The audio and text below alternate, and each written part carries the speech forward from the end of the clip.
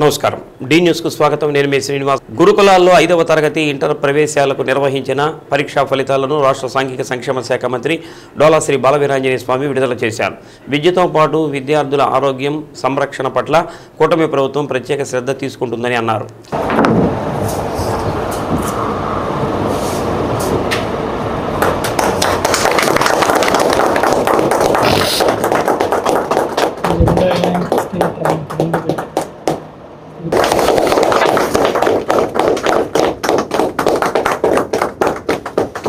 Corporate పాఠశాలలకు ధీటుగా ప్రభుత్వ విద్యా సంస్థల్లో విద్యా ప్రమాణాలు ఉండాలన్నదే ముఖ్యమంత్రి చంద్రబాబు నాయుడు లక్ష్యమని మంత్రి అన్నారు ప్రతి పాఠశాలలో పారిశుధ్యం పరిశుభ్రతకు ప్రాధాన్యత ఇస్తున్నామని అన్నారు విద్యార్థులకు కెరీర్ గైడెన్స్ కోసం ప్రతి వారం ఒక పీరియడ్ బోధించేలా చర్యలు తీసుకుంటున్నామని చెప్పారు ఉచిత నీట్ కోచింగ్ సెంటర్లకు 10కి పెంచుతున్నామని తెలిపారు పేదింటి బిడ్డలు డాక్టర్లు ఇంజనీర్లు అవ్వాలన్నదే ముఖ్యమంత్రి చంద్రబాబు నాయుడు లక్ష్యమని తెలిపారు 5వ తరగతి మరియు జూనియర్ ఇంటర్ అడ్మిషన్ సంబంధించి బ్లాక్ సెట్ని 13/4/25న నిర్వహించడం జరిగింది దీనికి 5వ తరగతిలో 39,281 మంది అప్లై చేసి 32,823 మంది పరీక్షకు హాజరయ్యారు అందులో 15,020 సీట్లకి ఈ రోజున మనం రిజల్ట్ తీయడం జరిగింది మనకి ఇక్కడ కాంపిటీషను 1:2.18 లెక్కన మనకి కాంపిటీషన్ ఉంది అదేవిధంగా ఇంటర్మీడియట్లో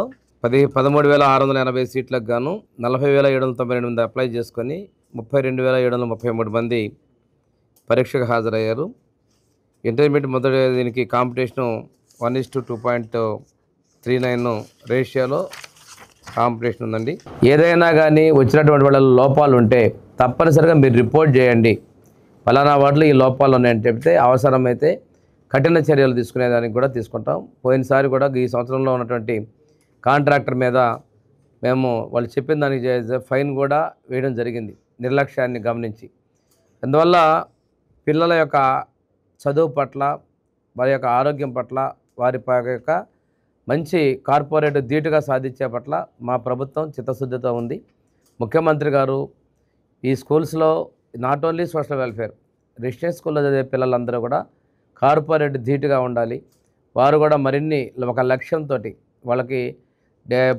టీచర్స్ కూడా నిర్దేశించాలి కెరీర్లో కూడా వాళ్ళు ఐఏఎస్ అవ్వాలనుకున్నా ఏది అవ్వాలని దానికి వాళ్ళకి అవకాశాలు కల్పించడం కోసం మేము కనీసం నెలలో ఒక క్లాస్ అయినా పిల్లల కెరీర్ దుర్బలమైన చిన్నారుల గుర్తింపు సర్వేను పకడ్బందీగా నిర్వహించాలని కలెక్టర్ తమీం అన్సారియా స్పష్టం చేశారు ఇలాంటి పిల్లల సమగ్ర ఎదుగుదలే లక్ష్యంగా జిల్లాలో బంగారు బాల్యం కార్యక్రమాన్ని అమలు చేస్తున్నట్టు కలెక్టర్ తెలిపారు సంబంధిత అధికారులతో ప్రకాశం భవనంలోని మీకోసం హాల్లో ప్రత్యేక సమావేశం నిర్వహించారు బంగారు బాల్యం కార్యక్రమ లక్ష్యాన్ని వివరించారు ఇందుకోసం దుర్బలమైన పిల్లల వివరాలను సేకరించేందుకు సర్వే నిర్వహిస్తున్నామని కలెక్టర్ అన్నారు అందులో భాగంగా మొబైల్ వెబ్ యాప్ను రూపొందించినట్టు తెలిపారు ఈ యాప్లో పొందుపరిచిన వివరాలను దీని పనితీరును బంగారు బాల్యం నోడల్ అధికారి గిరిధర్ శర్మ ఈ సందర్భంగా పవర్ పాయింట్ ప్రెజెంటేషన్ ద్వారా వివరించారు రాచర్ల మండలంలో ఇప్పటికే సర్వే సమర్థవంతంగా నిర్వహించినట్లు కలెక్టర్ తెలిపారు ఇతర మండలాల్లో కూడా సర్వే చేయాల్సి ఉందని అన్నారు త్వరలోనే డివిజన్ స్థాయిలో అవగాహన కార్యక్రమాలు కూడా నిర్వహిస్తామని అన్నారు వివిధ సంక్షేమ కార్యక్రమాలను సమ్మిళితం చేసి దుర్బలమైన పిల్లలకు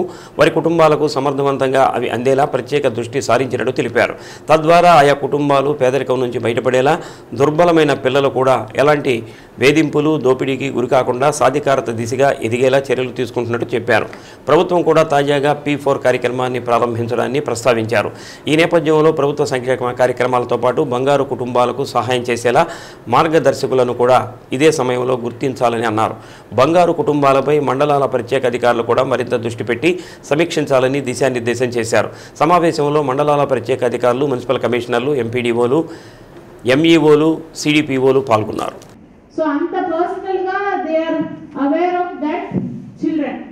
So survey anta quality ga cheyalana uddeshamto cheyadam jarigindi.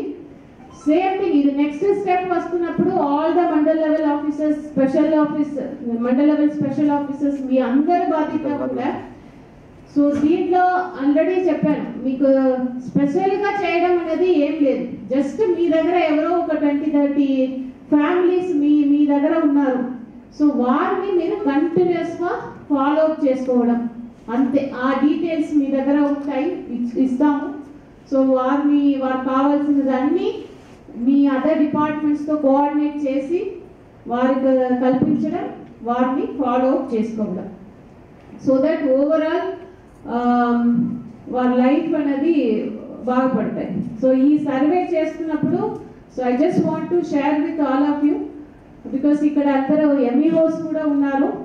మద్దిపాడున first start చేశాము. సో అప్పుడు అక్కడికి వెళ్ళిన మహిళా పోలీస్, అదేవిధంగా వెల్ఫేర్ అసిస్టెంట్, ఇద్దరు లేడీసే, వారు వెళ్ళారు ఒక స్కూల్కు 600 పిల్లలతో చదువుతున్నప్పుడు. ఈ క్వశ్చన్ చూస్తే మీకు ఆ పిల్లలతో అడుగుతున్నప్పుడు ఎక్కడైనా ఎవరైనా సెక్షువల్లీ అబ్యూస్ చేసి ఉన్నారా అని ఆ క్వశ్చన్ కూడా ఉంది. సో వారితో మెల్లగా వారితో చెప్పినప్పుడు they were not opening up. First they were not telling దాని గురించి, అలా ఏం లేదు. మెల్లమెల్ల వారితో అడిగినప్పుడు దే ఓపెన్ అప్. ఫస్ట్ ఒక అమ్మాయి ఒంగోలు సర్వజన ప్రభుత్వ ఆసుపత్రిలో న్యూరాలజీ విభాగంలో అరుదైన శస్త్రచికిత్స విజయవంతంగా నిర్వహించినట్లు జీజీహెచ్ సూపరింటెండెంట్ డాక్టర్ ఏడుకొండలరావు తెలిపారు. జీజీహెచ్ ఆసుపత్రిలో ఆపరేషన్ విజయవంతమైన సందర్భంగా ఏర్పాటు చేసిన మీడియా సమావేశంలో వివరాలు వెల్లడించారు. నాగలుప్పలపాడు మండలం రాపర్ల మాచవరం గ్రామానికి చెందిన ఐజాక్ అనే వ్యక్తి వెన్నుపూస నొప్పితో బాధపడుతూ అనేక ఆసుపత్రుల్లో తిరిగి ఒంగోలు రిమ్స్కు రావడం జరిగిందని అన్నారు. రిమ్స్లో ఉన్న న్యూరో సర్జరీ విభాగం doctor Gopikrishna, doctor Valibabu, doctor Muralikrishna కలిసి ట్యూమర్ వ్యాధిని కనుగొని ఆపరేషన్ చేసి విజయవంతం చేశారు. జీజీహెచ్లో ఇలాంటి ఆపరేషన్ చేయడం బయట ప్రైవేటు వైద్యశాలలో కూడా లేదని తెలిపారు. ప్రజలు ప్రభుత్వ ఆసుపత్రుల్లో సంప్రదించి వైద్య సూచనలు, సలహాలు తీసుకోవాలని అన్నారు. సూపర్ స్పెషాలిటీ డిపార్ట్మెంట్ విభాగాల్లో కొత్త వైద్యులు వచ్చారని అన్నారు. ఎంతో ఖరీదైన వైద్యం ఆరోగ్యశ్రీ ద్వారా చేసి విజయవంతం చేయడం జనరల్ ఆసుపత్రికి ఎంతో గర్వంగా ఉందని అన్నారు.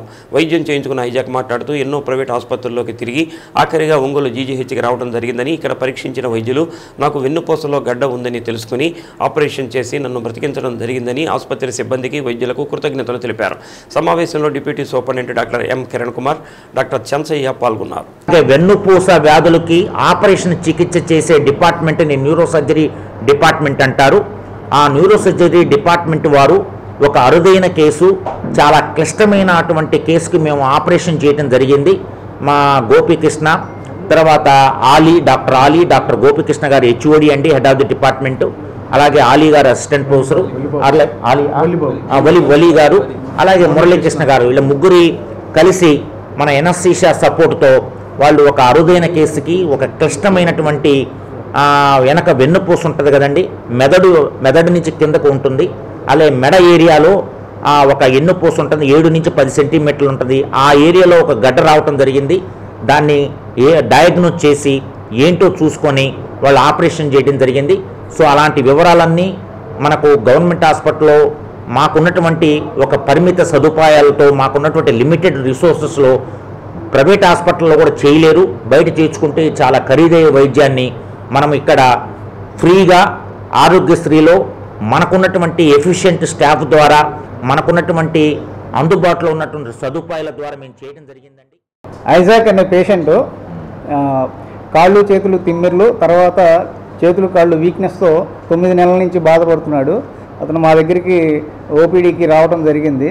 సో మేము అడ్మిట్ చేసి ఇన్వెస్టిగేషన్స్ చేస్తే అతనికి వెన్నుపాము, మెడలో ఉండే వెన్నుపాము చాలా sensitive area, C3 C4 that కూడా, అంటే 3-4 మెడ ఎముకల్లోని 3-4 దగ్గర వెన్నుపాములో ఒక 2 into 3 సెంటీమీటర్స్ ట్యూమర్ ఉన్నది. అది మెల్లగా పెరుగుతూ వచ్చింది కాబట్టి పేషెంట్ నడవగలుగుతున్నాడు లైట్గా. సో 9 నెలల నుంచి బాధపడుతున్నాడు. మా దగ్గరికి వచ్చిన తర్వాత పేషెంట్ పవర్ 3/5 ఉంది. ఇంకా ఫ్యూ డేస్ లేట్ చేస్తే అతనికి ఊపిరి తీసుకునే నరాలు కూడా డ్యామేజ్ అయిపోయి చాలా ప్రాణానికి ప్రమాదం వచ్చే అవకాశం ఉండేది. మా దగ్గరికి రాగానే ఎమ్మటే మేము ఇన్వెస్టిగేషన్స్ చేసి we decided to operate. So వెనకమాల వెన్నుపూసని లామినెక్టమీ చేసి జ్యూరా ఓపెన్ చేసి చాలా మనకున్న తక్కువ పరిధిలో, అంటే we don't have high end equipment for us, పరిధిలో ఆపరేషన్ చేసి we got successful and patient is very happy and he improved. Now he is very happy without any symptoms. మాది రాపర్ల మాచవరం గ్రామం. గత సంవత్సరం నుంచి నాకు మెడలో నొప్పి అనేది ఉంది. గుంటూరు, తర్వాత విజయవాడ, అక్కడక్కడ చాలా సార్లు తిరిగి వచ్చాను. హైదరాబాద్లో కూడా చూపించుకొని వచ్చాను. ఆ MRI స్కానింగ్లు అవి తీశారు, కానీ ఏదో షుగర్ వల్ల అని చెప్పేసి నాతోటి అనవసరమైన మందులన్నీ మింగించారు. తర్వాత ఇక్కడికి రావడానికి కూడా కొంతమంది మా ఫ్రెండ్స్ వాళ్ళు ఏదో అపోహలాగా చెప్పారు. చివరికి నేను మళ్ళీ మన హాస్పిటల్కి రిమ్స్కి వచ్చినప్పుడు సార్ వాళ్ళు చూశారు, నన్ను చాలా జాగ్రత్తగా ట్రీట్ చేశారు. ఆపరేషన్ చేసేటప్పుడు కూడా ఏం భయపడొద్దని ఆపరేషన్ చేశారు. అప్పుడు నడవలేకుండా వచ్చాను. ఇప్పుడైతే చాలా హ్యాపీగా నడుస్తున్నాను. దీనికి ప్రధానంగా కారణం గోపి సారు, మన మురళి సారు, ఒల్లి సారు, వీళ్ళు ముగ్గురు తిరిగి నాకు మరలా నూతన జన్మని. నేను ఒక 60-70 వేల దాకా ఖాళీ రౌండ్కే అయిపోయింది నాకు తిరగడానికి. సరైన ట్రీట్మెంట్ జరగల నాకు. ఇక్కడికి వచ్చిన తర్వాత ప్రాబ్లం క్లియర్ అయిపోయింది. 1 సంవత్సరం నుంచి. 6 ఏళ్లలోపు చిన్నారులకు ఆధార్ కార్డు జారీ చేసేలా చూడటంలో నిర్లక్ష్యం తగదని కలెక్టర్ తమీమ్ అన్సారీ అన్నారు. సంబంధిత అధికారులతో ప్రకాశం భవనంలోని గ్రీవెన్స్ హాల్లో ప్రత్యేక సమావేశం నిర్వహించారు. ప్రతి చిన్నారికి ఆధార్ కార్డు ఉండాలనేది రాష్ట్ర ప్రభుత్వ లక్ష్యమని కలెక్టర్ అన్నారు. ముఖ్యమంత్రి చంద్రబాబు నాయుడు సైతం ఈ విషయంపై ప్రత్యేక దృష్టి సారించి సమీక్షిస్తున్నారని అన్నారు. జనన ధృవీకరణ పత్రం ఉన్న చిన్నారులకు తక్షణమే ఆధార్ కార్డులు జారీ కోసం వివరాలను నమోదు చేయించాలని కలెక్టర్ దిశానిర్దేశం చేశారు. ఈ వివరాల నమోదు కోసం చిన్నారులను ప్రత్యేక శిబిరాలకు తరలించి పోస్టాఫీసులు, కామన్ సర్వీస్ సెంటర్లో సిబ్బందిని అక్కడకు తీసుకువెళ్లేలా చర్యలు తీసుకోవాలని అధికారులను ఆదేశించారు. జనన ధృవీకరణ పత్రాలు లేని చిన్నారులు గుర్తించి వారు జన్మించిన ఆసుపత్రుల వివరాలు తెలుసుకొని ఏ విధంగా జనన ధృవీకరణ పత్రాలను పొందవచ్చో వారి తల్లిదండ్రులకు అవగాహన కల్పించాలని అన్నారు. మండల స్థాయి ప్రత్యేక అధికారులు కూడా క్షేత్రస్థాయి పర్యటనలకు వెళ్ళినప్పుడు ఆయా విషయాలను సమీక్షించాలని కలెక్టర్ ఆదేశించారు. అదేవిధంగా సచివాలయాల ద్వారా అందే సేవలు మనమిత్ర యాప్లో కూడా అందుబాటులో ఉన్నాయని ప్రజలకు అవగాహన కల్పించాలని అన్నారు. శక్తి మొబైల్ యాప్ను అందరూ డౌన్లోడ్ చేసుకునేలా చూడాలని అన్నారు. సమావేశంలో జెడ్పీసీఈఓ చిరంజీవి, మండలాల స్పెషల్ ఆఫీసర్లు, మున్సిపల్ కమిషనర్లు, ఎంపీడీఓలు, సిడిపిఓలు పాల్గొన్నారు. సో మీరు మీ మండల్కు ensure that at least once in a week you are going to your mandal. ఎక్కడైతే మీరు మండల లెవెల్ స్పెషల్ ఆఫీసర్గా ఉన్నారో అక్కడికి మీ మండల్కు కనీసం once in a week అయినా అక్కడికి మీరు వెళ్ళండి. వెళ్ళి మీ డిపార్ట్మెంట్ పనిని మీరు రివ్యూ చేయడంతో పాటు మీకు ఏదైతే importance, because you cannot shy away from this work. ఏదైనా ఉంటే మండల్ లెవెల్ స్పెషల్ ఆఫీసర్ స్పెసిఫిక్గా అందుకే మిమ్మల్ని అక్కడ పెట్టడం జరిగింది. సో ఫస్ట్ థింగ్ ఒకటి మీకు బంగారుపాలెం సర్వే గురించి చెప్పడం జరిగింది, దట్ ఈస్ ఫస్ట్. రెండోది మీ డైరీలో ఉన్న అజెండా ఐటమ్ ఇది child with birth certificate and without birth certificate. With birth certificate అయితే మీరు అక్కడికి వెళ్ళి చేయాల్సినది ఏం లేదు, జస్ట్ అడగాలి. అక్కడ ఉన్న మీ ఎంపీడీఓస్, అదేవిధంగా అక్కడికి ఉన్న కన్సర్న్ డిపార్ట్మెంట్. ఫర్ ఎగ్జాంపుల్ ఇప్పుడు child with birth certificate mobilization జరుగుతుందా, who is the responsible person, ICDS department, they are mobilizing the children. Mobilization జరుగుతుందా లేదా, అక్కడ ఎంపీడీఓస్ దానికి అక్కడ ఇష్యూస్ ఏంటి మీరు అడిగితే వారు చెప్తారు ఎందుకు ఇంత తక్కువ ఉంది. So you have to just ask relevant questions. వారు అడిగితే ఓకే బయట నుంచి వచ్చి you are my representatives going to the mandal. So అక్కడికి వెళ్ళి it is the responsibility of the mandal level special officers. You have to go and ask, review this aspect. ఎవరి దగ్గర children దగ్గర బర్త్ సర్టిఫికేట్ ఉన్నాయో ఎన్షూర్ దట్ అక్కడ వారు సరిగా అక్కడ క్యాంప్ పెట్టి ఆధార్ రిజిస్ట్రేషన్ చేస్తున్నట్టు మీరు చూడండి. దాంట్లో ఇప్పుడు Zarugumalli, Pullala Cheruvu, PCPalli, Marripudi with children with birth certificate ఉన్న children Aadhaar registration, Aadhaar card లేకుండా ఇప్పుడు లేదు, అందరికీ వచ్చేసింది. బట్ ఇప్పుడు ఒంగోలు, కురిచేడు, తంగుతూరు, కొత్తపట్నం, గిద్దలూరు, మార్కాపూర్, గిద్దలూరు అర్బన్, యస్కొండ, దుర్నాల, దొనకొండ ఈ మండల్స్లో ఎక్కువ చిల్డ్రన్ ఉన్నారు. వాళ్ళ దగ్గర బర్త్ సర్టిఫికేట్ ఉన్నప్పటికీ ఆధార్ కార్డ్ లేదు. సో ఇక్కడ ఉన్న special officers, it's your responsibility. అక్కడికి వెళ్తున్నప్పుడు you have to interact with the ICDS department and then MPDOs. So ఇది మీ బాధ్యత. ఆల్రెడీ మన టీసీలో కూడా చెప్పాం కమిషనర్స్కి అండ్ ఎంపీడీఓస్కి. ఈ డేటా ఏదైతే ఉందో ప్రతి గ్రామ పంచాయతీ వైజ్ ఆ పంచాయతీ సెక్రటరీ యాక్చువల్గా ఆ రోజు ఏదైతే మన జోనల్ ఇన్ఛార్జ్ గారు వచ్చినప్పుడు అక్కడ ఎవరు కూడా ఈవెన్ పంచాయతీ సెక్రటరీ కూడా ఆ లిస్ట్ లేకుండా పోయింది. సో ఆ లిస్ట్ అనేది ప్రతి ఒక్కరు కూడా ప్రతి గ్రామ పంచాయతీ సెక్రటరీ మరియు వార్డ్ అడ్మిన్ దగ్గర ఖచ్చితంగా ఉండాలి. అది కూడా అన్ని చోట్ల డిస్ప్లే చేయమని చెప్పాం. ప్రతి సెంటర్లో కూడా డిస్ప్లే చేసి ఆ డేటాని వ్యాలిడేట్ చేయమన్నాం. ఉదాహరణకి ఆ దాంట్లో ఉదాహరణ ఒక మండలం చూసుకుంటే, ఉదాహరణ ఎస్ఎన్పాడు చూసుకుంటే దాంట్లో 1363 ఉన్నాయి. ఇది బాటమ్ 20%. ఈ 1363 మంది నిజంగా బాటమ్ 20%లో వస్తారా, దాంట్లో ఎవరన్నా కానీ ఏపీఎల్ ఫ్యామిలీస్ ఎవరైనా ఉంటారనేది ఖచ్చితంగా క్రాస్ చెక్ చేయాలి. ఎందుకంటే ఈ మధ్య మన శనగంజాం వచ్చారు ఆనరబుల్ సీఎం గారు, అక్కడ వాళ్ళందరూ పిలిచారు. ఆ పంచాయతీలో ఎంతమంది అయితే ఉన్నారో P4 క్వార్టర్ 20లో వాళ్ళందరూ పిలవడం జరిగింది. సో చూసి నిజంగా వీళ్ళు అక్కడే అడిగారు సార్, వీళ్ళు నిజంగా క్వార్టర్ 20కి వస్తారా లేకపోతే వీళ్ళు ఏమన్నా ధనికులని సంతనూతలపాడు చెరువు కట్ట సమీపంలో ద్విచక్ర వాహనాన్ని టిప్పర్ ఢీకొన్న ఘటనలో ఎక్సైజ్ కానిస్టేబుల్ మృతి చెందాడు. చీమకుర్తి ఎక్సైజ్ పోలీస్ స్టేషన్లో కానిస్టేబుల్గా పనిచేస్తున్న పోతిరెడ్డి వెంకటరామరెడ్డి తన విధులు ముగించుకుని పేర్నమెట్టలోని తన ఇంటికి వెళుతున్న సమయంలో సంతనూతలపాడు చెరువు కట్ట సమీపంలో స్పీడ్ బ్రేకర్ వద్ద లోడుతో వెళుతున్న టిప్పర్ ఢీకొనడంతో అక్కడికక్కడే మృతి చెందాడు. రోడ్డు ప్రమాదం విషయం తెలుసుకున్న స్థానిక ఎస్ఐ అజయ్ కుమార్ తన సిబ్బందితో సంఘటనా స్థలానికి చేరుకుని కానిస్టేబుల్ పోతిరెడ్డి వెంకటరామరెడ్డి మృతదేహాన్ని 108లో ఒంగోలు రిమ్స్కు తరలించారు. సార్ ఇది చురుకు ట్రైనింగ్ లాస్ట్ డే సార్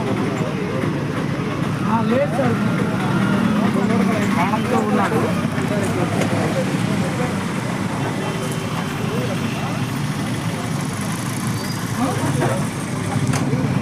చేశాను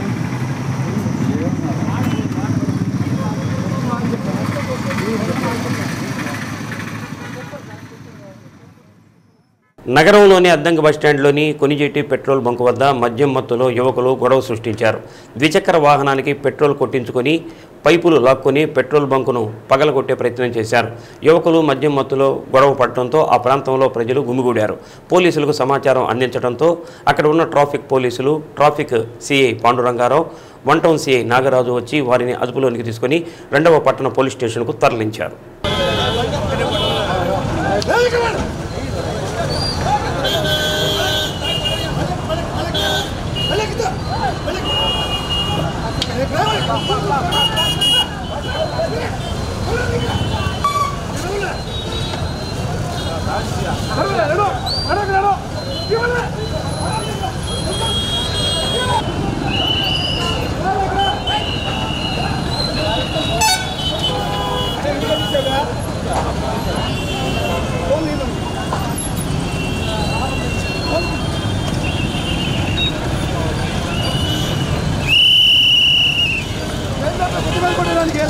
ఆధ్యాత్మిక తేజస్సుతో మెరిసిపోతున్న సింగరకొండ పుణ్యక్షేత్రంలో వేచేసి ఉన్న శ్రీ ప్రసన్నాంజనేయ స్వామివారి దేవస్థానంలో ఆలయ వైభవాన్ని మరింత పెంపొందించేందుకు కృష్ణ యజుర్వేద హవన సహిత మహాకుంభాభిషేక మహోత్సవం ఘనంగా నిర్వహించనున్నారు.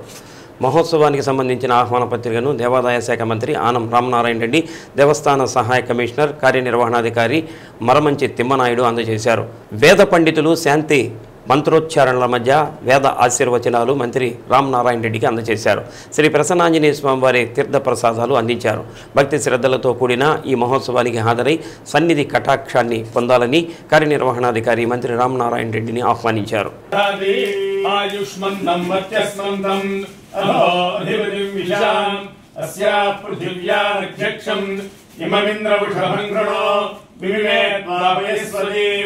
దేవానాంధేనుకం సుదుఘామనమస్ఫురంతి ఇంద్రసోమం విభదు క్షేమో అస్తు నః ప్రసన్నాంజనేయ స్వామి సంపూర్ణానుగ్రహ సిద్ధిరస్తు రాజద్వారే రాజముఖే రాజగృహే సర్వదా దిగ్విజయ సిద్ధిరస్తు సమస్త.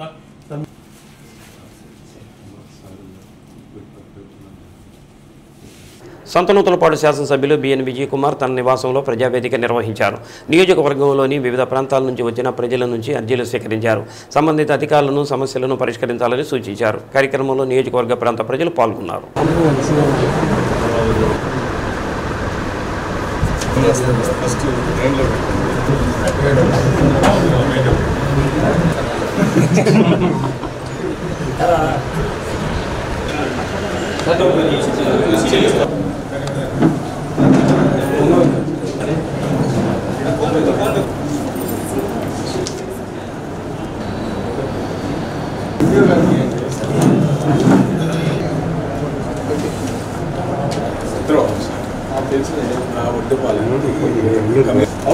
పంచాయతీ తీర్మానం చేశారు.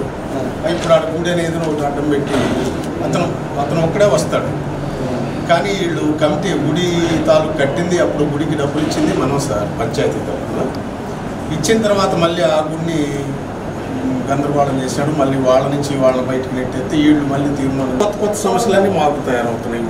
కుల విషయాల్లో మీకు సార్ అందరూ అన్ని పార్టీలు ఇప్పుడు ఏంటంటే మనకి బయట వాళ్ళు వచ్చిన వాళ్ళకి కొంచెం కమిటీ ఆఫ్ చేసి వాళ్ళ వసతుల కోసమని అందరం కలిసి అడిగితే ఇది మాకు ఇచ్చారు. ఎవరిచ్చారు? పంచాయతీ తరఫున ఇది ఎవరు ఇచ్చారు? బలరాం రెడ్డి గారు తీర్మానం ఇచ్చారు సార్. పంచాయతీలు ఎలా ఇస్తారు? అదే కదా సార్. అయితే దాన్ని ఇస్తే ఇప్పుడు అసలు ల్యాండ్ ఎవరిది? గవర్నమెంట్. పంచాయతీలు ఎలా ఇస్తారు? వాళ్ళు ఇస్తే మళ్ళీ మేము ఏం చేసామంటే మన వీళ్ళని కూడా అడిగినాం.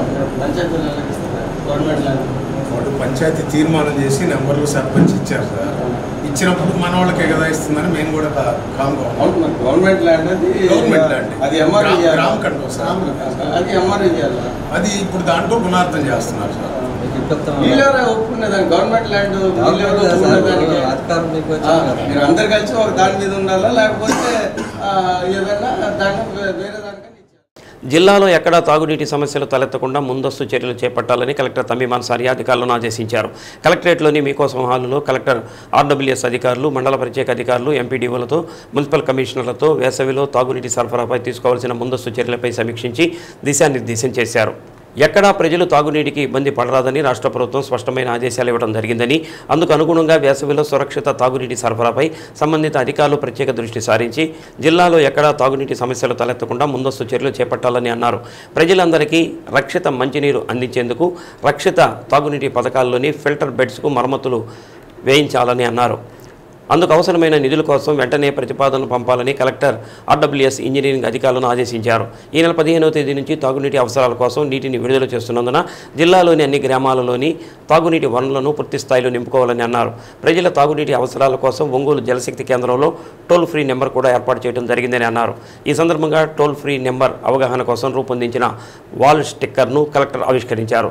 సమావేశంలో Zilla Parishad CEO Chiranjeevi, RWS SE Balashankarrao, DPO Venkatanaidu, మండల ప్రత్యేక అధికారులు, ఎంపీడీఓలు, ఆర్డబ్ల్యూఎస్ ఇంజనీరింగ్ అధికారులు తదితరులు పాల్గొన్నారు.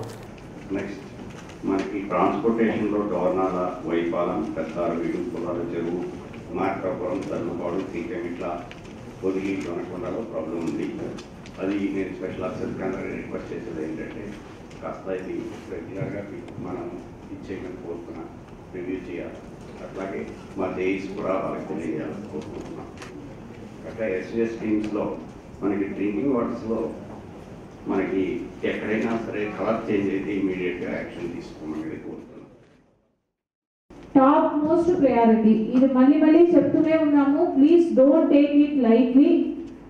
యూజువల్గా డిపార్ట్మెంటల్ మైండ్ సెట్ అది వారి డిపార్ట్మెంట్, ఆర్డబ్ల్యూఎస్ డిపార్ట్మెంట్ వారు చూసుకుంటారు, నా దగ్గర డబ్బు లేదు అని వదిలేడానికి లేదు. That is not the solution whether you have money are not. దాన్ని సాల్వ్ చేయడానికి మీరు ఏ ఎఫర్ట్స్ తీసుకుంటున్నారు, దాంట్లో ప్రోయాక్టివ్గా ఉండాలి. ఇది పంచాయతీ డిపార్ట్మెంట్ వారు చేసుకోవాలి, ఆర్డబ్ల్యూఎస్ వారు చేసుకోవాలి, నా రోల్ లేదని మీకు చెప్పడానికి అసలు లేదు. That to from the MPDO level. I don't want this kind of response from the MPDOs. It's your responsibility. Same thing RWS AEs మీరు అక్కడ ఏం చేసినా, మీ డిపార్ట్మెంట్కి ఏ ప్రపోజల్ పంపినా కూడా it's your responsibility to keep the MPDOs informed. అది మీరు paper మీద పెట్టి ఉండాలి. నేను చెప్పాను, ఆమెకి ఐడియా ఉంది, ఆమె చేయలేదని ఒకరు ఇంకొకరు చెప్పడానికి లేదు. It's all pure waste of time. ఒక డిపార్ట్మెంట్ ఇంకొక డిపార్ట్మెంట్ ఇలా రౌండ్గా చెప్పుకుంటూ రావాలి. వారి పంచాయతీ చేయాలి, వారి దగ్గర డబ్బు లేదు. Put it on paper. I want to see it on paper. At least you have taken your efforts. అందరే ఎంపీడీఓస్కి ఇది చెప్తున్నాను. And this is drinking water the most important priority. ఇప్పుడు సమ్మర్ సీజన్లో రిపీటెడ్గా చెప్తున్నాము, ఇది దీని రిలేటెడ్ ఎక్కడ కూడా ఎటువంటి ఇష్యూస్ రాకూడదు. The other day one person ఈ కేమ్ విత్ ద పీజీఆర్ఎస్కు ఒక బాటిల్లో నీళ్లు పట్టుకుని తీసుకొచ్చారు. మేడం చూడండి, కలర్ చూడండి అని. ఎందుకు దీంట్లో ప్రయాక్టివ్గా చేయలేకపోతున్నాము? సో మెడికల్ డిపార్ట్మెంట్తో కూడా కోఆర్డినేట్ చేసుకుంటూ ఎటువంటి యాక్టివిటీస్ మీరు చేస్తారనేది ప్లాన్ చేయండి. అండ్ మండల special officers again drinking water it's priority కాబట్టి మీ మధ్యలో ఏదైనా ఇష్యూస్ ఇవి అని ఉంది. I need your observations. Proforma తయారు చేసి ఇస్తాము. సో ఫీల్డ్ విజిట్ మీరు చేసి అక్కడ ఏమేమి మీ రికమెండేషన్స్ ఏంటి. విద్యారంగ సంస్కరణలో భాగంగా రాష్ట్ర ప్రభుత్వం చేపట్టిన పాఠశాలల పునర్వ్యవస్థీకరణ తక్షణమే ఉపసంహరించుకోవాలని ఏపీటీఎఫ్ జిల్లా అధ్యక్షుడు వాకా జనార్దన్ రెడ్డి డిమాండ్ చేశారు. విద్యారంగ సమస్యల పరిష్కారం కోరుతూ ఏపీటీఎఫ్ రాష్ట్ర కమిటీ పిలుపు మేరకు ఒంగోలు కలెక్టర్ కార్యాలయం ఎదుట ధర్నా నిర్వహించారు. ఏపీటీఎఫ్ ప్రకాశం జిల్లా శాఖ ఆధ్వర్యంలో జరిగిన ధర్నా కార్యక్రమంలో సంఘ ఉపాధ్యాయులు పాల్గొని తమ నిరసన తెలిపారు. విద్యారంగ సమస్యల పరిష్కారం కోసం ఆంధ్రప్రదేశ్ టీచర్స్ ఫెడరేషన్ 3 అంచెల నిరసన కార్యక్రమాలకు పిలుపునివ్వడం జరిగిందని జనార్దన్ రెడ్డి అన్నారు. అందులో భాగంగా నేడు అన్ని జిల్లాల కేంద్రంలో ధర్నా కార్యక్రమాలకు పిలుపునివ్వడం జరిగిందని తెలిపారు. కార్యక్రమంలో జిల్లా కార్యదర్శి డి శ్రీనివాసులు, ఉపాధ్యక్షురాలు Tirumala, zonal convener B Sesharao, Prakasam జిల్లా ఎన్జీఓ సంఘం అధ్యక్ష కార్యదర్శులు కె శరత్ బాబు, ఆర్సీహెచ్ కృష్ణారెడ్డి, శివ, కొత్తపల్లి మంజేష్ తదితరులు పాల్గొన్నారు. మొట్టమొదటిసారిగా అన్ని మండలాల్లో రద్దు చేయాలి సిపిఎస్ విధానాన్ని వెంటనే. వర్ధిల్లాలి ఆంధ్రప్రదేశ్ టీచర్స్ ఫెడరేషన్. ఈరోజు ముఖ్యంగా ఈ ధర్నా కార్యక్రమానికి మొట్టమొదట కొత్త ప్రభుత్వం వచ్చిన తర్వాత మరి ఎప్పుడూ కూడా గత ప్రభుత్వంలో కానీ ఎప్పుడూ కూడా బడిలో గంట కొట్టేది మనమే, ఉద్యమాల శంఖారావాన్ని కూడా గంట కొట్టేది మనమే. మరి ఆ క్రమంలో విద్యారంగాన్ని కాపాడుకోవడానికి, ఉపాధ్యాయుల ఉద్యోగుల ప్రయోజనాలు కాపాడుకోవడానికి మరి ఏపీటీఎఫ్ ఈరోజు ఈ పోరాట కార్యక్రమానికి సిద్ధపడింది. మరి ముఖ్యంగా విద్యారంగంలో మరి గత ప్రభుత్వం ధ్వంసం చేసినటువంటి విద్యారంగాన్ని మేము బాగు చేస్తాము అని చెప్పేసి అధికారంలోకి వచ్చినటువంటి ప్రభుత్వం మరి ఎటువంటి వీళ్ళు చేసేటువంటి ప్రతి చర్య కూడా ఈ విద్యారంగాన్ని ఇంకా భ్రష్టుపట్టే విధంగా ఉందే తప్ప దీన్ని మెరుగుపరిచేటువంటి ప్రయత్నాలు ఏమీ చేయడం లేదు. తల్లికి వందనం అన్నారు. వాళ్ళు ఒకరికి ఇస్తే వీళ్ళు ఎంతమంది పిల్లలు ఉంటే అంతమందికి అన్నారు. మరి తల్లికి వందనం ప్రభుత్వ పాఠశాలలకు మంగళం. ప్రభుత్వ పాఠశాలని సర్వనాశనం చేయదలిచే ఈ తల్లికి వందన కార్యక్రమాలు చేపట్టడం జరిగింది. ఈరోజు 1 నుంచి 10వ తరగతి వరకు పిల్లవాడికి పాఠశాలలో చేరినటువంటి పిల్లవాడికి అన్ని రకాలు ఉచితంగా దుస్తులు ఇస్తున్నారు, భోజనం పెడుతున్నారు, టెక్స్ట్ బుక్స్ ఇస్తున్నారు, నోట్ బుక్స్ ఇస్తున్నారు. మరి అన్నీ ఇచ్చిన తర్వాత 1 నుంచి 10వ తరగతి అవడానికి రూపాయి ఖర్చు లేదు. మరి ఖర్చు లేనప్పుడు 15,000 రూపాయలు దేనికి ఇస్తున్నట్టు? కుటుంబాలకు ఇస్తున్నారా? పిల్లల యొక్క విద్యకి ఇస్తున్నారా? ఒకసారి ఆలోచించుకోవాలి. కుటుంబాలకు ఇస్తున్నప్పుడు మరి ఈ పేరే పెట్టుకోవాలని అవసరం లేదు, ఏ పేరుతో. వలసలు నివారించేందుకు ఉపాధి అవకాశాలు కల్పించాలనే ఉద్దేశంతో కేంద్ర ప్రభుత్వం ఉపాధి హామీ పథకాన్ని అమల్లోకి తీసుకొచ్చింది. జిల్లా వ్యాప్తంగా ఉపాధి హామీ పథకం పనులు ముమ్మరంగా సాగుతున్నాయి. జిల్లాలో 2024-25లో పథకం అమలు తీరు చూస్తే 1,35,00,000 పని దినాల కల్పన లక్ష్యం కాగా 1,29,00,000 పని దినాలు కల్పించారు. మొత్తం 4.42 లక్షల జాబ్ కార్డులు ఉండగా 2.95 లక్షల కార్డులకు చెందిన 5.06 లక్షల మంది పనులు చేస్తున్నారు.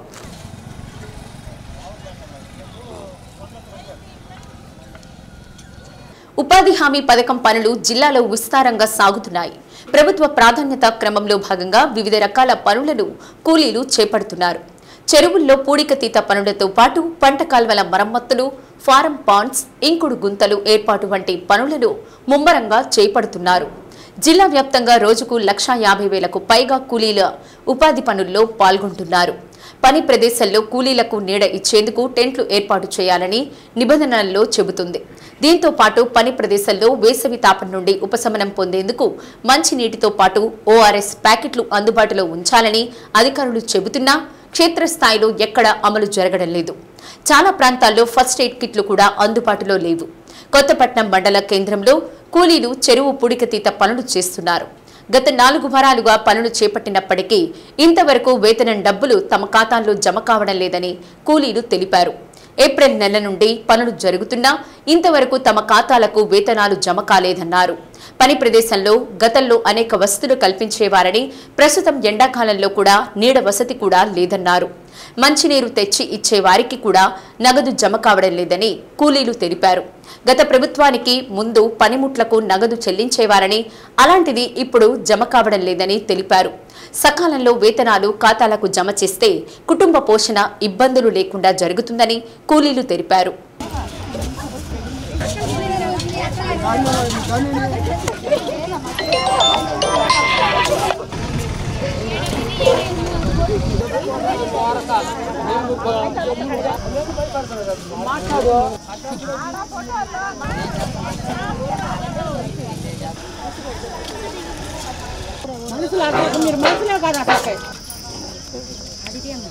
ఈ ఊరే కొత్తపట్నమే 5 వారాల నుంచి చేస్తున్నాము.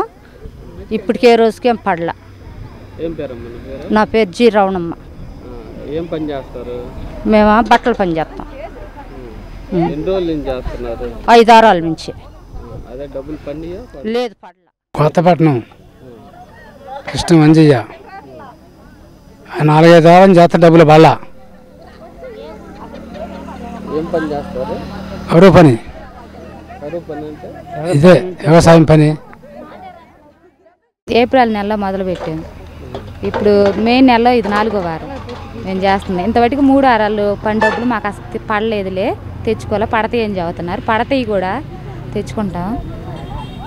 అంటే ఎప్పుడన్నా ఇన్ని రోజులు ఆగడం డబ్బులే ఉందా? జరుగుతుండిద్ది, మళ్ళీ పడతంటే తెచ్చుకుంటుంటాం.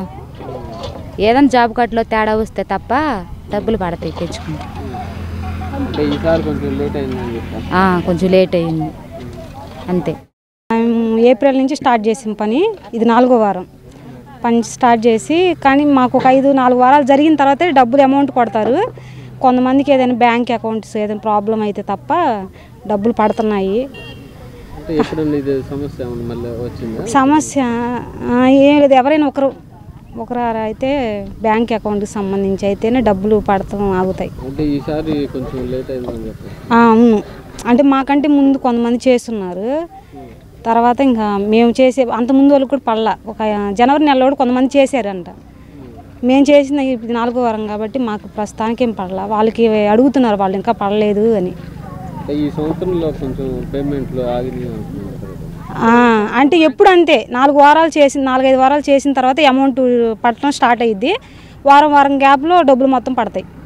అంటే ఈ సంవత్సరం కొంచెం ఎక్కువ లేట్ అయిందని చెప్పారు. లేట్ పని పెట్టడమే మాకు లేటు. మాకు మొన్నటిదాకా వానలు ఎక్కువ పడి చెరువులు బాగా నీళ్ళు ఉన్నాయి కదా, అందుకని ఈ పనులు చూపించుకోవడం లేట్ అయ్యింది. లేకపోతే మాకు ఫిబ్రవరి నుంచే స్టార్ట్ చేస్తారు పనులు. పడితే ఈ టయానికి డబ్బులు పడిపోతూ ఉంటాయి. ఈ సంవత్సరమే డబ్బులు లేట్ అయ్యింది అంటున్నారు. జనవరి నెలలో చేసిన వాళ్ళు కూడా డబ్బులు ఇంకా లేట్ అయ్యింది అని చెప్తున్నారు. 4 వారాల నుంచి పని చేస్తున్నాం సార్, డబ్బులేం పడలేదు. మేము అవి తెచ్చుకుంటే తిన్నట్ట, లేకపోతే లేదు. చాకరీ చేసుకునే వాళ్ళమే. ఎండాకాలం అంటే మీకు గడ్డపారకి పొలుకి డబ్బులు ఇస్తారు. ఇంకా డబ్బులు ఇవ్వలేదు సార్, ఇవ్వలో పడలేదు. మంచి నెలకు ఒక అబ్బాయి తెచ్చిపోతుంటాడు. టెంట్లకి తెచ్చారు కానీ వాన పడేలోకి ఎత్తుకెళ్ళాము. మజ్జిగ మళ్ళీ బాదం పాల రసం లాగా తీసుకొచ్చి గుంటలు కాడిచ్చాము మేస్త్రులు అయినప్పుడు. ఇప్పుడు ఏమీ లేవు, మాకు డబ్బులు వేస్తాం లేదు. డబ్బులు పడలా. పొలుగు పారకు కూడా డబ్బులు పడతలా. అలా మజ్జిగ అప్పుడు లీటర్లుగా ఉన్నప్పుడు మజ్జిగలకి అలా చేసుకొచ్చినా డబ్బులు పడుతున్నాయి. వారానికి ఎంత అని లీటర్లు అలా చేసుకొచ్చేవాళ్ళు. ఇప్పుడు అలా కూడా లేవు. మంచినీళ్ళు తెచ్చేవాళ్ళకి కూడా మంచినీళ్ళు డబ్బులు కూడా పడుతున్నారు. వాళ్ళు 20 రూపాయలు పెట్టి క్యాన్లు తెస్తున్నారు. 4 క్యాన్లు 3 క్యాన్లు వాళ్ళకి కూడా డబ్బులు పడుతున్నా. టెంటులు అలా ఏమి లేదు. కాకపోతే ఇక్కడ 120 మంది ఉంటే చిన్న పట్ట ఒకటి తెచ్చి అక్కడ అలా వేసారు అంతే.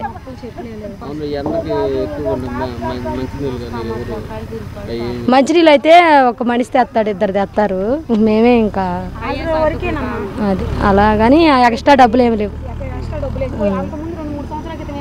పొలుగు పార్లకు అలా కూడా ఏమి డబ్బులు అసలు మాకు ఇవ్వాల. పొలుగు పార్లు కూడా ఎక్స్ట్రా డబ్బులు కూడా అప్పుడు పడేవి. అప్పుడు 5 సంవత్సరాల క్రితం పడేవి. మొన్న 5 సంవత్సరాల క్రితం కూడా పడలేదు గడ్డకి పొలుగు పార్లకి. ఇప్పుడు కూడా పడలా. అలా ఎక్స్ట్రా డబ్బులు ఏం పడలా. పహల్గామ్ దుర్ఘటన నేపథ్యంలో ప్రధానమంత్రి నరేంద్ర మోడీ తీసుకున్న సాహసోపేతమైన చర్య పట్ల భారత పౌరులు హర్షాన్ని వ్యక్తం చేస్తున్నారు. పహల్గామ్లో భారతీయ పర్యాటకులపై ఉగ్రవాదులు జరిపిన దారుణ మారణకాండకు ప్రతీకార చర్యగా పాకిస్తాన్లోని ఉగ్రవాద స్థావరాలపై భారత సైన్యం దాడులు జరిపి ఉగ్రవాదులను హతమార్చడం సాహసోపేతమైన చర్య అని పౌరులు ఆనందాన్ని వ్యక్తం చేస్తున్నారు.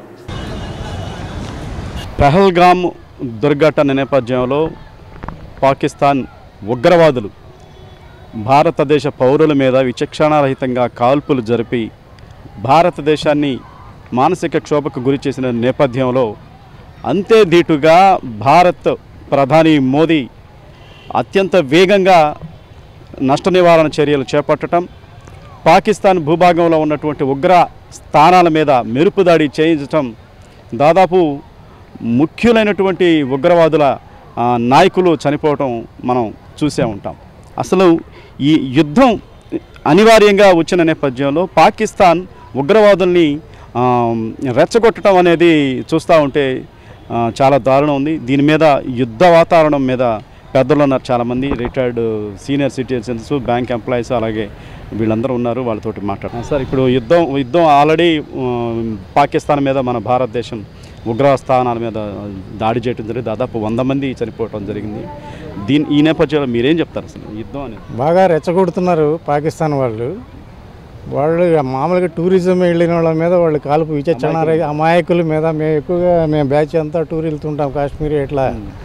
కానీ ఇప్పుడు టూర్కి వెళ్ళిన వాళ్ళ మీద విచక్షణారహితంగా భార్యల ముందే భర్తలను చంపేసి అంత దారుణంగా ప్రతి భారతీయుడు కూడాను చాలా బాధపడ్డారు. కానీ ఇది ఎట్లా అని 10 రోజుల నుంచి జనాల్లో బాగా విపరీతమైన కోపంతో ఉన్నారు. ఏం చేయట్లేదు గవర్నమెంట్ అని. అనుకోకుండా మన మోడీ గారు మంచి టైం చూసి వాళ్ళని ఆడపిల్లల చేతే కంట్రోల్ బాంబులు వేయించాడు. ఆడపిల్లల చేత ప్రెస్ మీట్ పెట్టించాడు. ఆ సింధూర్ అని పేరు పెట్టడం ఎక్సలెంట్గా పెట్టినాడు. వాళ్ళ సింధూరం తీసేశారు. సింధూరం అంటే బొట్టు కదా, వాళ్ళ అదే పేరు పెట్టేసి ఆడపిల్లల చేతనే ప్రెస్ మీట్ పెట్టి ప్రపంచానికంతా ఆడవాళ్ళ చేత మిమ్మల్ని కొట్టిస్తారు అన్నట్టుగా ప్రభుత్వం ఎక్సలెంట్ ప్రభుత్వం చాలా అభినందిస్తున్నారు. సార్, అతి మంచితనం అనేది కూడా ఒక సందర్భంలో నష్టం చేకూరుస్తుంది. భారతదేశం చూసి చూడనట్లుగా దాయాది దేశం కాబట్టి చూద్దాంలే, చర్చల ద్వారా, శాంతి చర్చల ద్వారా ఇటువంటి జరగకుండా చూద్దాంలే అనేది చూస్తా ఉన్నాం. కానీ ఈ అతి మంచితనాన్ని కూడా పాకిస్తాన్ చులకనగా తీసుకొని ఈ దాడులకి పురిగొల్పిందని అనుకోవచ్చా? తప్పకుండానండి. ఇది టెర్రరిజంలో కూడా పరాకాష్ట. అంటే భారతదేశంలో కూడా మత విద్వేషాన్ని రెచ్చగొట్టాలనే ఒక దురుద్దేశంతో అక్కడికి వచ్చినటువంటి అమాయకులైనటువంటి టూరిస్టుల్ని వాళ్ళ మతం అడిగి మరి చూసి ముస్లిం అయితే వదిలేయడం, హిందూ అయితే చంపేయడం, ఇలాంటి ఒక దుశ్చర్య అది ఆ టెర్రరిజానికి పరాకాష్ట అది. కాబట్టి అటువంటి టెర్రరిజాన్ని సమూలంగా నాశనం చేయడానికి కావలసినటువంటి చర్యలు ఎంత కఠినమైనవైనా భారతదేశం తప్పకుండా తీసుకోవాల్సిన అవసరం ఆసన్నమైంది. ప్రతిసారి ఇలానే కాశ్మీర్లో అనిశ్చితిని నెలకొల్పి భారతదేశం యొక్క ఎకానమీని కూడా దెబ్బతీసేటువంటి దురుద్దేశం వాళ్ళలో ఇమిడి ఉన్నది. వీటన్నిటికీ పరాకాష్ట ఏంటంటే అసలు పాకిస్తాన్లో టెర్రరిజం లేకుండా చేయాలి. ఆ క్రమంలో పాకిస్తానీ ప్రజలకు ఎటువంటి సాధారణ ప్రజలకు ఇబ్బంది కలగని విధంలో టెర్రరిజాన్ని పాకిస్తాన్ నుంచి పారదోలడానికి భారత్ చేతనైనంత చేసి ఖచ్చితంగా దీంట్లో భారతదేశం సఫలమవుతుందని మేము అందరం అనుకుంటున్నాం. ఆ చర్య తీసుకోవడం చాలా అవసరం కూడా. సార్, మీరు చెప్పండి, ఇప్పుడు ముస్లిం పేరుగా అంటే హిందూ పేరు అడిగి కూడా చంపటం అంటే భారతదేశంలో ముస్లింల అంటే అభిమానాన్ని చూరగొనే దిశలో ఒక కుట్రలో భాగం అనుకోవచ్చా? ఈ మతాన్ని రెచ్చగొట్టడమే. మతం పేరుతో ప్రజలను రెచ్చగొట్టి అంతర్గత కలహాలను రెచ్చగొడితే వాళ్ళకి ఈజీ అవుతుంది. భారతదేశంలో 20 కోట్ల మంది ముస్లింలు ఉన్నారు. ముస్లింలు 20 కోట్ల మంది పాకిస్తాన్కి సపోర్టర్స్ కాదు, ఉగ్రవాదానికి సపోర్టర్లు కాదు, భారతీయులు. వాళ్ళు అంటున్నారు, వాళ్ళే చాలామంది చెప్తున్నారు మేము భారతీయులమే, భారతదేశం మా మాతృభూమి చాలామంది ముస్లింలు చెప్తూ ఉన్నారు, అనాదిగా చెప్తున్నారు, ర్యాలీలు కూడా చేస్తున్నారు. నిన్న మనకి పార్లమెంట్ సభ్యుడు ఓవైసీ గారు కూడా వందే భారత్, జై జై భారత్ భారత అని చెప్పి స్లోగన్స్ ఇస్తున్నాడు ఆయన. అందులో భారతదేశంలోని ముస్లిమ్స్ అందరూ అటువంటి వాళ్ళు కాదు, కానీ కొంతమంది ఉంటారు, తప్పదు. హిందువుల్లో ఎలాగ ఉంటారు కొంతమంది, అలాగా అన్ని మతాల్లోనూ ఉగ్రవాదులు అనేవాళ్ళు ఉన్నారు. కానీ ఉగ్రవాద భూతాన్ని అణిచివేయటం చాలా అవసరం. ఈ నేపథ్యంలో యుద్ధ వాతావరణం జరుగుతుంది సార్. యుద్ధ వాతావరణం నెలకొంటుంది. ప్రజలకు కూడా అప్రమత్తం చేస్తూ ఉన్నారు. యుద్ధాలు ఏ క్షణమైనా వాళ్ళు ఈ ప్రతీకార చర్యలు అంటే ప్రతిఘటన చర్యలు తీసుకునే అవకాశం ఉంటుందని ప్రజలను కూడా అప్రమత్తం చేస్తూ ఉన్నారు. ఏ విధంగా ఉండబోతుంది భవిష్యత్తు, ఎలా ఉండబోతుందని మీ అభిప్రాయం చెప్పండి. ఎలా ఉన్నా మోడీ తీసుకున్న నిర్ణయం చాలా మంచి నిర్ణయం. కాకపోతే ఉగ్రవాదం మీద అనేది ఏంటంటే ప్రపంచ దేశాలు అందరి సపోర్టు తీసుకొని ఉగ్రవాదాన్ని అణిచేస్తే భవిష్యత్తులో ఉగ్రవాదం తగ్గుద్దని నా అభిప్రాయం. ఉగ్రవాదులు చనిపోతే పాకిస్తానీలు కూడా సైనికులు కూడా ఆ అంత్యక్రియల్లో పాల్గొన్నారు. మొన్నటిదాకా మేము ఉగ్రవాదుల్ని మేము సహించబోమన్న మాటలు ఇప్పుడు వాళ్ళు లష్కరే తోయిబా వాళ్ళు మెయిన్ చీఫే అక్కడ వచ్చి నుంచుని ఉన్నాడు. దీన్ని ఏ విధంగా చూస్తాను? పాకిస్తాన్ చెప్పేటటువంటివన్నీ కూడాను పూర్తిగా అబద్ధాలు అనేటటువంటిది ఈ విషయంలో కూడాను రుజువైంది. వాళ్ళు ఎప్పుడు మేము ఉగ్రవాదానికి సపోర్ట్ చేయట్లేదని చెప్తూనే ఉన్నారు, కానీ ఉగ్రవాద స్థావరాలు కానీ ఉగ్రవాదానికి ఫైనాన్షియల్ సపోర్ట్ కానీ పూర్తిగా పాకిస్తానే చేస్తూ ఉన్నదనేది ప్రపంచ దేశాలన్నీ కూడా అంగీకరిస్తూనే ఉన్నాయి. కాకుంటే ప్రపంచ దేశాల్లో ఆధిపత్యం కోసం కానివ్వండి మరొక దీనికోసం సపోర్ట్ చేస్తున్నాయి, కానీ ప్రాక్టికల్గా ఏ దేశం కూడాను ఉగ్రవాదాన్ని అంగీకరించే స్థితిలో ఏదీ లేదు. భారతదేశం పాకిస్తానీ వెన్నులో వణుకు పుట్టే విధంగా చర్యలు తీసుకుంది. ఈ విధానంపై మీ స్పందన ఏమి? అమాయకులైన మన వాళ్ళని 26 మందిని పొట్టన పెట్టుకున్న పాకిస్తాన్కి మన ఇండియా సరైన బుద్ధే చెప్పింది అనుకోవాలి. దీనివల్ల మేము ఆడవాళ్ళం అందరం గర్విస్తున్నాం. ఈరోజు మహిళలైన 2 ఆఫీసర్లు వెళ్ళి వాళ్ళని దూతమట్టించి వచ్చినందుకు నిజంగా చాలా హ్యాపీగా అనిపిస్తుంది, గర్వంగా కూడా ఫీల్ అవుతున్నాం. శివంగుల్లా విజృంభించి వాళ్ళు వెళ్ళి వాళ్ళు ఇచ్చిన టైంలో వాళ్ళ టార్గెట్ని ఫినిష్ చేసుకొని వచ్చినందుకు సంతోషంగా ఈరోజు మహిళలందరి తరపున మన భారతదేశం తరపున గర్వంగా ఫీల్ అవుతూ పాకిస్తాన్ని తగిన బుద్ధి చెప్పే టైం వచ్చింది. మన మోడీ గారి ఆధ్వర్యంలో, మోడీ గారి సారథ్యంలో భారతీయులంటే ఏందో చూపించుకునే టైం ఇప్పుడు మనకు వచ్చింది. దీనివల్ల మన సైనికులందరికీ నేను ముందుగా విషెస్ చెప్తున్నాను, ఆల్ ద బెస్ట్ చెప్తున్నాను. ఆల్రెడీ మన వాళ్ళు ఏంటో ప్రూవ్ చేశారు సార్. వాళ్ళు వెన్నుపోటు పొడిచినంత మాత్రాన ఏం కాదండి, మన వాళ్ళు అంతకన్నా ధైర్యంగా సాహసంగా ఉత్సాహంగానే ఉంటారండి. చెప్పాలంటే ఏదైనా కానీ దేనికైనా కానీ మన వాళ్ళు ధైర్యంగానే ముందుకుంటారండి. ఎప్పుడు కూడా వెన్ను చూపి పారిపోయేది అనేది మన డిక్షనరీలోనే లేదండి. కాబట్టి వాళ్ళ ఆలోచనలకు ఎప్పుడైనా తలకిందులు అయ్యే విధంగానే మన స్పందన ఉంటుందండి. మోడీ తీసుకున్నటువంటి చారిత్రాత్మక నిర్ణయాన్ని పాకిస్తాన్ భూభాగంలో ఉగ్రవాదుల స్థావరాలపై ఏకదాటిగా దాడులు నిర్వహించి 100 మంది ఉగ్రవాదుల్ని హతమార్చిన నేపథ్యంలో భారతదేశంలో ప్రతి భారతీయుడు సంతోషంతో ఉక్కిరిబిక్కిరి అవుతూ ఉన్నాడు. ఇటువంటి దుశ్చర్యలకు మరోసారి పాల్పడకుండా పాకిస్తాన్కి మరింత బుద్ధి చెప్పాలనేది భారత పౌరులుగా ప్రతి ఒక్కరూ ముక్త కంఠంతో చెప్తున్న సంఘటన. ఈరోజు ఒంగోలు కాదు, ప్రపంచవ్యాప్తంగా భారతీయులు పాకిస్తాన్ దుశ్చర్యలను తీవ్రంగా ఖండిస్తూ ఉన్నారు, విజయోత్సవ ర్యాలీలు నిర్వహిస్తూ ఉన్నారు. మున్ముందు పాకిస్తాన్ ఇటువంటి చర్యలకు పాల్పడకుండా గట్టి చర్యలు తీసుకోవాలనేది ప్రతి ఒక్కరు కోరుకుంటున్నారు. వీడియో జర్నలిస్టు నాగేంద్రతో శరత్, డి న్యూస్, ఒంగోలు. దేశవ్యాప్త సమ్మెలో భాగంగా ప్రకాశం జిల్లాలో సిఐటియు ఇతర కార్మిక సంఘాల ఆధ్వర్యంలో ఈ నెల 20వ తేదీ సమ్మె నిర్వహిస్తున్నట్లు సిఐటియు నాయకులు తెలిపారు. కొత్త కూరగాయల మార్కెట్ ఎదురుగా ఉన్న సిఐటియు కార్యాలయంలో మీడియా సమావేశం నిర్వహించారు. ప్రధాని నరేంద్ర మోడీ ప్రభుత్వం వచ్చాక పోరాడి సాధించుకున్న కార్మిక చట్టాలను రద్దు చేసి 4 లేబర్ కోడ్లను తెచ్చిందని, వాటిని రద్దు చేసేంత వరకు పోరాడతామని నాయకులు చెప్పారు. 8 గంటల పని దినాన్ని కేంద్ర ప్రభుత్వం రద్దు చేయడానికి కుట్ర చేస్తోందని పేర్కొన్నారు. ప్రస్తుతం ఉన్న 8 గంటల విధానాన్ని రద్దు చేసేందుకు కేంద్ర ప్రభుత్వం చట్టం చేసేందుకు కుట్ర చేస్తుందన్నారు. ఓవైపు నిత్యావసర వస్తువుల ధరలతో పాటు పెట్రోల్, డీజిల్ రేట్లు కూడా విపరీతంగా పెరిగాయన్నారు. కార్మిక చట్టాలు పకడ్బందీగా అమలు చేయాలని కోరుతూ ఈ నెల 20వ తేదీ జరిగే దేశవ్యాప్త సమ్మెలో కార్మిక సంఘాలు అందరూ పాల్గొనాలని కోరారు. సమావేశంలో ఎస్డబ్ల్యూఎఫ్ పి శ్రీనివాస్ అధ్యక్షతన వహించారు. సిఐటియు రాష్ట్ర కార్యదర్శి ఎం అయ్యప్పరెడ్డి, జిల్లా కార్యదర్శి గుంటెనపల్లి శ్రీనివాసులు, జిల్లా కార్యదర్శి కాలం సుబ్బారావు, జిల్లా అధ్యక్షులు Shaik Peeravali, working president G Venkateswarlu తదితరులు పాల్గొన్నారు. మే 20వ తారీఖున ఆల్ ఇండియా జనరల్ స్ట్రైక్ జరుగుతూ ఉంది. ఈ జనరల్ స్ట్రైక్లో ఆర్టీసీ కార్మికులందరూ పాల్గొనాలని ఎస్డబ్ల్యూఎఫ్గా పిలుపునిచ్చాం. అందులో ప్రధానమైన ఎంప్లాయీస్ యూనియన్, మజ్దూరులతో కూడా ఉమ్మడిగా సమావేశం ఏర్పాటు చేసి సమావేశం నుంచి ఆ సంఘ సభ్యులు కూడా మొత్తం పాల్గొనే విధంగా మనం ప్రతిపాదించాం. దాన్ని చెప్తా ఉన్నారు. ఏదేమైనా కార్మిక వర్గానికి లేబర్ కోడ్స్ రూపంలో పెద్ద పెను సవాల్ రాబోతుంది. భారతదేశంలో 100 చిల్లర కోట్ల మంది కార్మికులకి పెను ప్రమాదం ఉంది లేబర్ కోడ్స్ రూపంలో. లేబర్ కోడ్స్ అమలుకి డేటు ప్రకటించారు, కానీ కార్మికుల్లో ఉన్న నిరసన, వీళ్ళ యొక్క ఆందోళన, వీళ్ళ పోరాట పట్టిమ పెట్టి ప్రభుత్వం అమలు చేయడంలో కొంత జాప్యం చేస్తూ ఉంది.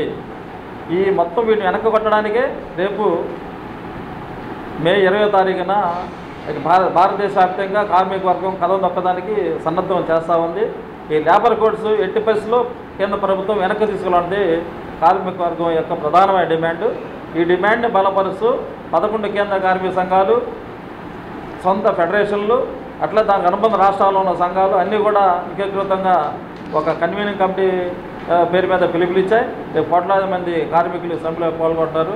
కాబట్టి ఇప్పటికైనా ఈ లేబర్ కోడ్స్ ప్రమాదం అనేది కార్మికులు కూడా తెలియజెప్పేదానికి చాలా కృషి చేస్తూ ఉన్నాం.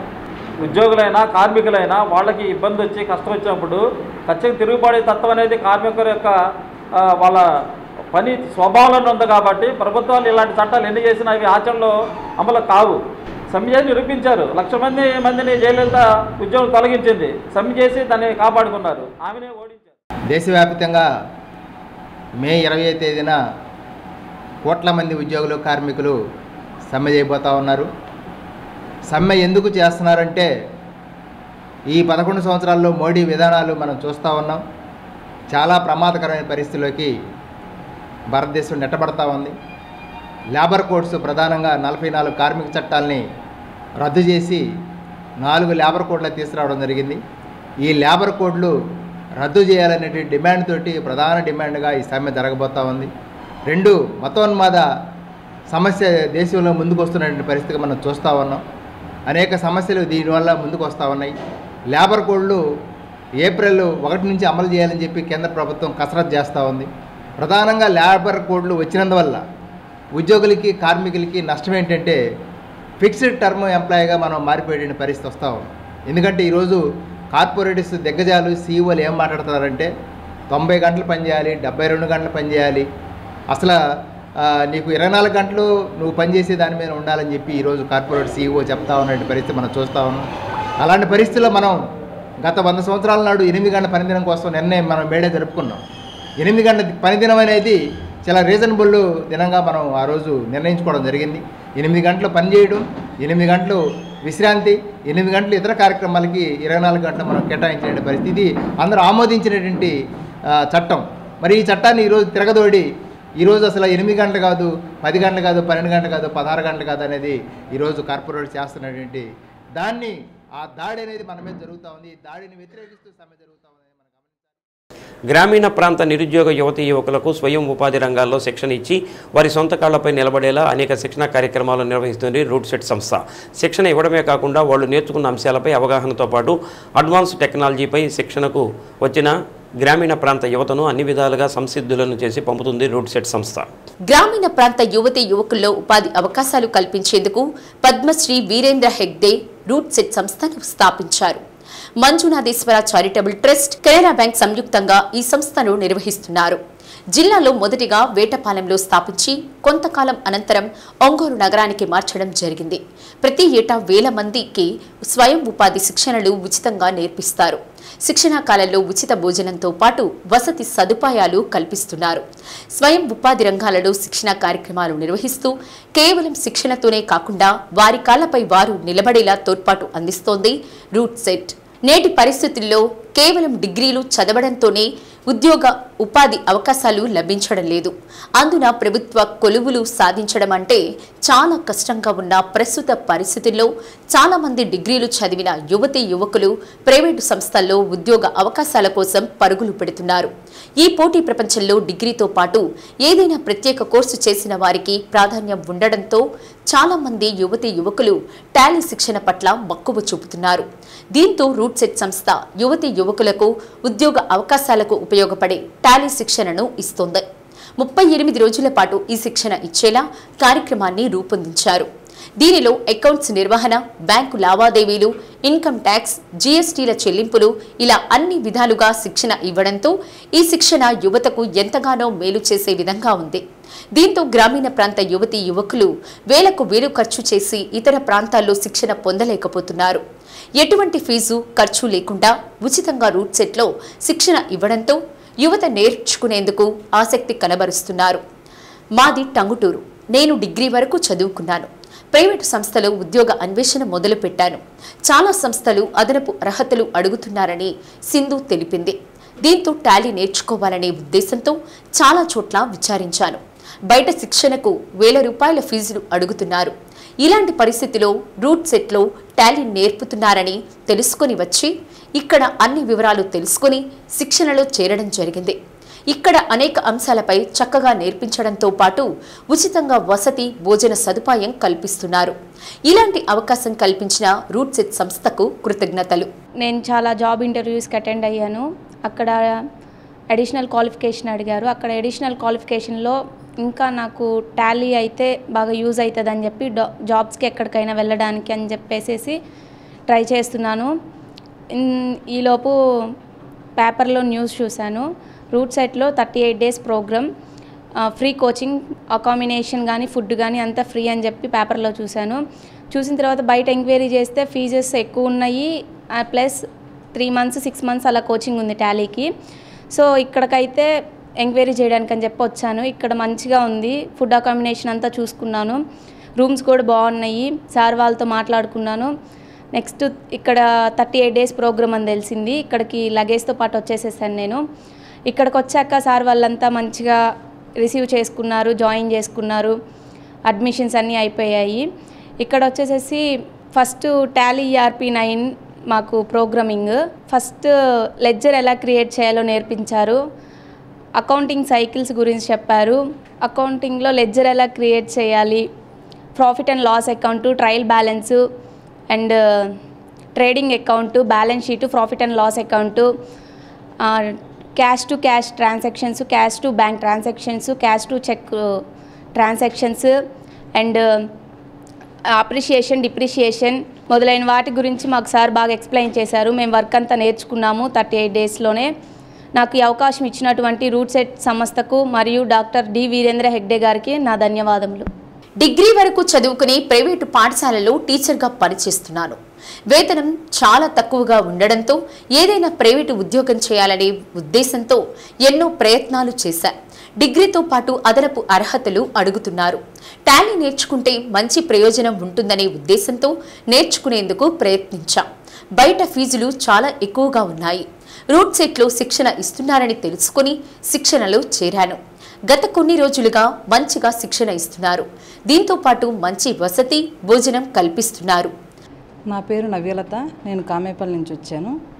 ప్రీవియస్గా నేను డిగ్రీ చేసి ప్రైవేట్ స్కూల్స్లో టీచర్గా వర్క్ చేస్తున్నాను.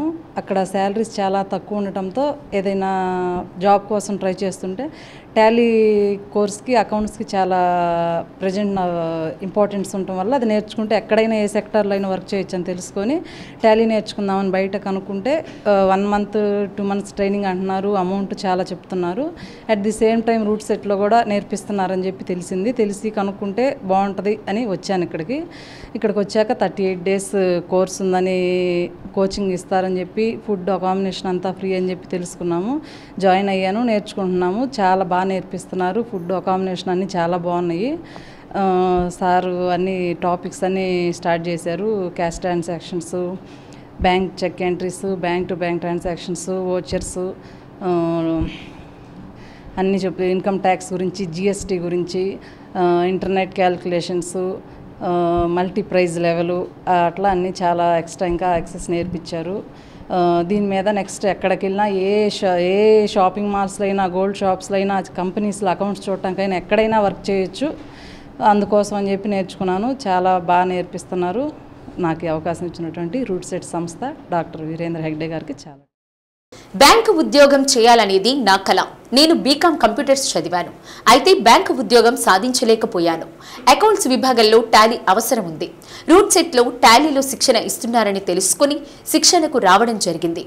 ఇక్కడే ఉండి శిక్షణ పొందడం వల్ల ఎక్కువ ప్రాక్టీస్ చేస్తున్నాం. మంచిగా శిక్షణ ఇస్తున్నారు.